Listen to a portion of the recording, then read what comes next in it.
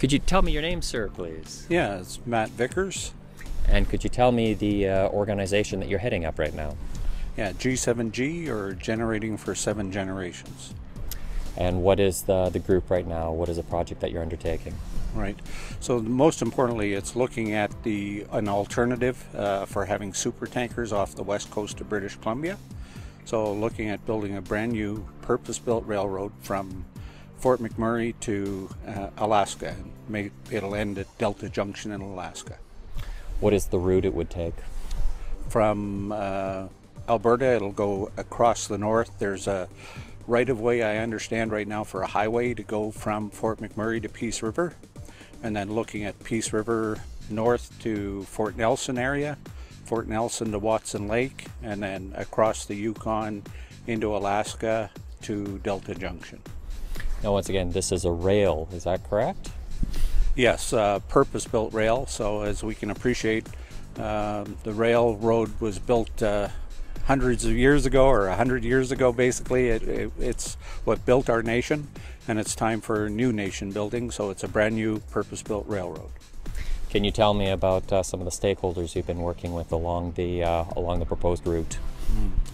Thanks for that question. I think most importantly, we needed to ensure that the original stewards of the land would be on board and part of our project. So we went first to the Chugach in Prince William Sound and talked to them, because obviously that's where the Alyeska or TAPS pipeline delivers the oil to, and where we would be offloading in Delta Junction, and explained our project to them and asked if we were able to land the contracts and bring the oil, would they be open to taking it. And they said by all means, because I don't know if you're aware, but the North Slope is slowly declining. The resources are slowly declining. That original pipeline was designed for 2.2 million barrels per day, and right now it's at about 580,000 barrels per day. So, and it's declining at a rate of approximately 3 to 5% per year. So they would welcome anything that we could bring. What is the work right now? Where is the project right now, and what has to be done in the future? So what we did was, starting with the Chugach, followed the proposed route all the way back to Fort McMurray, met with the First Nations leadership and explained the project to them to ensure that they would be on board with, at least at this time, the feasibility study. So we're at that stage right now of getting the feasibility study on the books, if you will. And then the engineering firm that we're working with has done a scoping document to prove the viability, if you will, of this rail project. So that's where we're at right now. We're looking forward to getting moving with the feasibility study. Could you tell me a bit about your background? Yes. So my great-grandfather, Haida, from the village of Skidegate on Haida Gwaii. My grandmother, Sim Shen, from Lachlan or Kitkatla, and my grandfather, Hiltzik, from Bella Bella. And I've been, I guess time flies, about 36 years now, working mostly as a bridge with and for the First Nations in BC, amongst each other, and then the First Nations to provincial government, First Nations to federal government, and then basically went from there into the corporate sector. So background very wide and varied. I'm one of these guys, every 5 years take on a new challenge and try something new.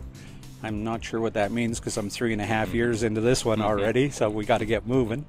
But yeah, so from looking at the fishing industry to management consulting, banking. I was an ex-banker. We're standing in front of a couple of welcoming posts from the Coast Salish Nation. From Royal Bank, I most recently was a partner with Myers Norris Penny, a chartered accounting management consulting firm, and then joined my partners in this fantastic project. Who else has joined you on the project right now? Who's with G7?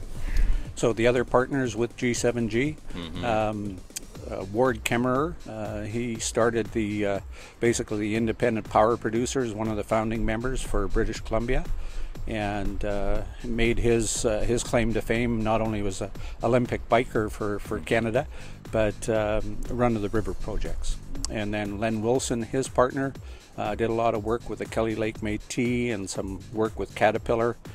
And then my partner that came on board with me is Tom Jackson. One piece about you're interested in going through Alaska as well too is that complicate the project at all, or what is that piece like? Well, most interesting for me, the first ones to give us the greatest support was the mayor of Alaska, Mayor Luke Hopkins, and then most recently the governor, Sean Parnell, has given us a letter of support. So with respect to what Alaska would like to see happen, they've been trying this for 100 years to connect themselves to the lower 48. So the support is very strong there. With respect to engineering specifics and regulation, I'm sure that we can overcome that, and working with the federal government, Ministry of Transportation, and likewise the federal government in the United States through Alaska State Government. Thank you very much, Tom. Good luck with that all. All right. Thank you. Appreciate your time. Much appreciated. Thank you.